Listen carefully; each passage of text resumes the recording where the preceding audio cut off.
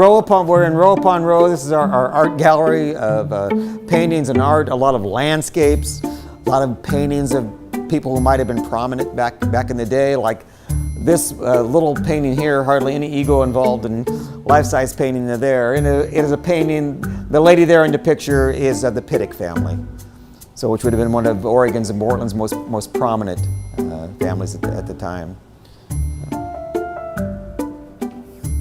One of my favorites is this one right here, done by a gentleman named Hallie Heacock, who lived up in the Columbia County area and was as you can see, a wood carver of some ability. He did this for the 150th anniversary of Lewis and Clark, the expedition. So this would have been carved back in the 1950s, after 150 years. And you can see the intricate work he did here in carving this. I liberated it for a while and brought it out of the vault and put it in my office for several months, but it's really, really heavy, and I think the walls were going to fall down if we kept it up.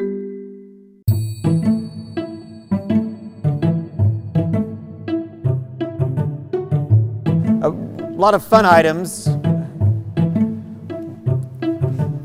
we keep here in this cabinet. A couple of great items here.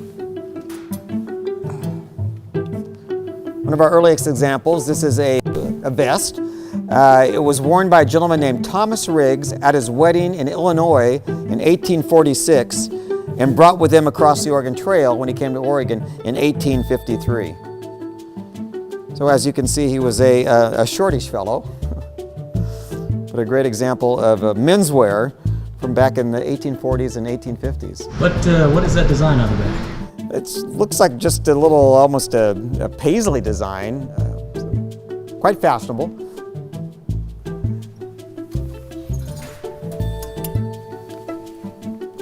This was a Union officer's uniform worn by a gentleman named Colonel Thomas Cornelius, for whom Cornelius, Oregon, the community, is named after in Washington County. He was obviously a commissioned officer in the Northern and in the Civil War in the Union Army.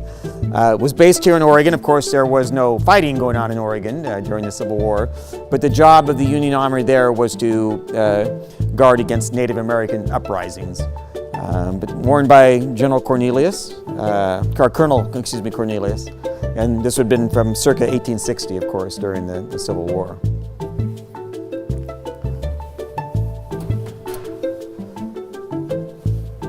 You saw earlier an example of the Sjogren sisters, and this is another one. This was a bodice worn by Mrs. Emma Corbett, one of Portland's hoi polloi of the day.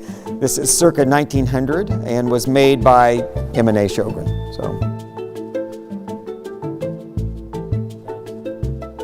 Is that more of the evening or daytime? It looks day. Yeah, it looks day to me.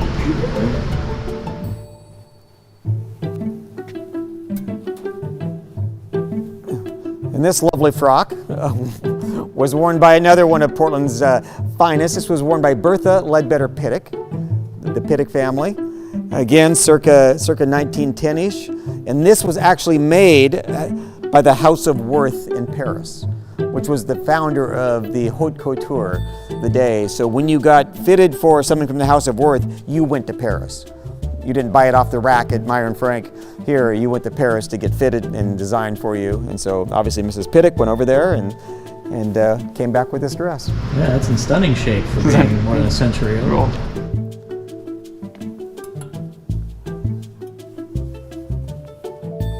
This dress was worn by a several months slightly pregnant Antoinette Hatfield on January 12th, 1959, the day that Mark Hatfield was sworn in as governor when her husband became Oregon's youngest governor. She had just turned 30 and was Oregon's youngest first lady as well. And a couple of years ago, Mrs. Hatfield came out to the vault and we reunited her with her wedding dress, or with not her wedding dress, with the dress that she wore at Governor Hatfield's inauguration.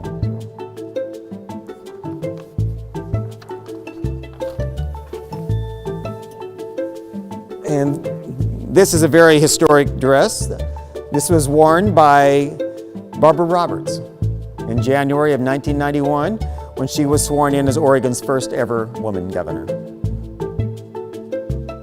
how did the Historical Society come into? Governor Roberts donated it to us.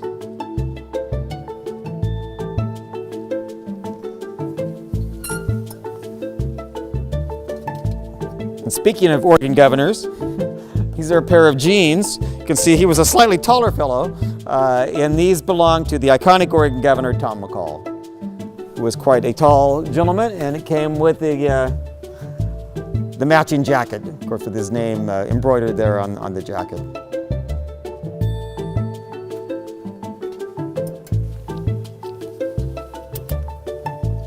And a more recent donation to us, this was part of a collection of ware donated to us by Walter Cole, aka Darcel. Of course, we lost Walter this year, and before his passing, he donated a large number of his items to the Oregon Historical Society, including his Christmas tree dress, which comes with an extension cord because it's plugged into lights.